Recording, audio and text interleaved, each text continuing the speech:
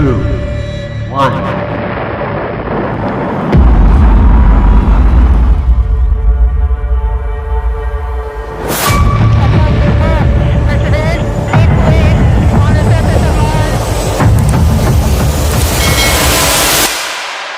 मुंबई की जुहू चौपाटी के ऊपर उड़ते विमान भले ही मॉडर्न साइंस के देन हो, लेकिन आज से 120 साल पहले इसी चौपाटी से उड़ा था विश्व का पहला हवाई जहाज। दुनिया की नजर में 1903 में राइट ब्रदर्स ने पहला विमान उड़ाया था। लेकिन इस इतिहास पर पड़ी धूल को साफ किया जाए तो मालूम होता है कि तलपड़े ने राइट ब्रदर्स से 8 साल पहले ही इतिहास रच दिया था। तलपड़े को यह विमान बनाने का आइडिया महर्षि भारद्वाज के विमान शास्त्र से आया था। कैलिफोर्निया यूनिवर्सिटी के एरोस्पेस इंजीनियर ट्रेविस टेलर ने तो रामायण में उल्लेख किए गए पुष्पक विमान का 3D मॉडल बनाकर उस पर एक्सपेरिमेंट किया था, जिसका नतीजा ये निकला कि विमान का ये मॉडल पूरी तरह से एरोडायनामिक था। तमिलनाडु के तिरुचिरापल्ली में स्थित है श्रीरंगम मंदिर।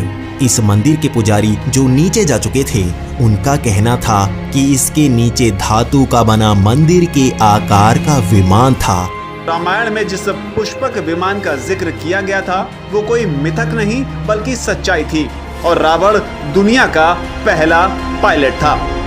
कहा जा रहा है कि अफगानिस्तान की एक पहाड़ी की गुफा में 5000 साल पुराना एक विमान मिला है। ये विमान एक अजीब सी ऊर्जा के कवच के घेरे में था। कहा यह भी जा रहा है कि 8 अमेरिकी फौजी उस विमान को बाहर निकालने के दौरान अचानक गायब हो गए। प्राचीन विमानों का जो जिक्र संस्कृत के ग्रंथों में मिलता है, इन प्राचीन ग्रंथों में तकरीबन 113 विमानों के प्रकार का पता चलता है। हिटलर महाभारत और रामायण के बारे में जानता था। उसे पता था कि इन महाकाव्यों में कई खतरनाक अस्त्रों का और विमानों का उल्लेख किया गया है, इसीलिए वो इन ग्रंथों में छिपी जानकारी को डिकोड करके उसका इस्तेमाल स्पेसशिप बनाने के लिए करना चाहता था। और उस जमाने में श्रीलंका के अंदर कई हवाई पट्टी और विमान हुआ करते थे।